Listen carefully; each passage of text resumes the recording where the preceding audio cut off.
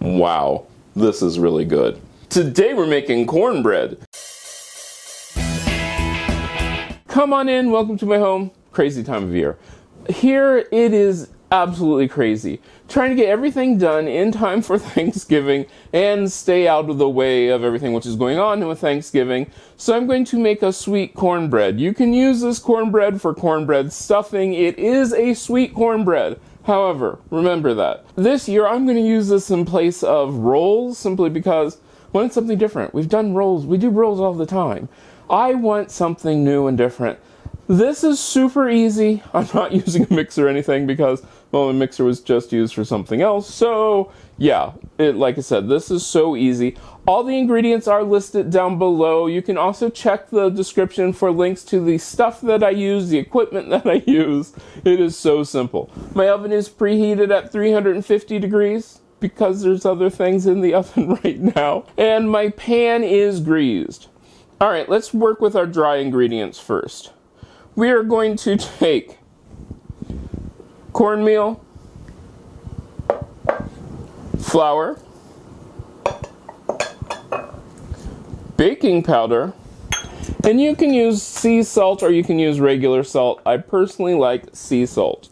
I'm going to blend all of these together. Make sure that it is mixed up as thoroughly as you can get it. Right now you don't have to worry about over mixing it and making it tough. We'll set that aside. Now we're going to get into our wet ingredients. And one which isn't wet, but we count it. We're going to take the eggs, break them up, and beat them together. Now, just in case you're like me, we're in a rush, I'm going to take my butter and put it into my buttermilk. Why am I doing it that way? In case the butter hasn't completely cooled. That way it won't cook the eggs. Butter is in the buttermilk. Now I'm going to add the eggs, the oil, the honey, which hopefully this comes out of here because I did spray the container down with a little spray oil. I even added a little bit extra just in case. To that mixture, I'm also going to add my sugar. Now, of course, the blatantly obvious part. I'm going to dump all that.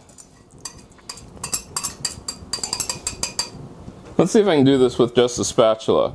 I'm going to try to mix this all up.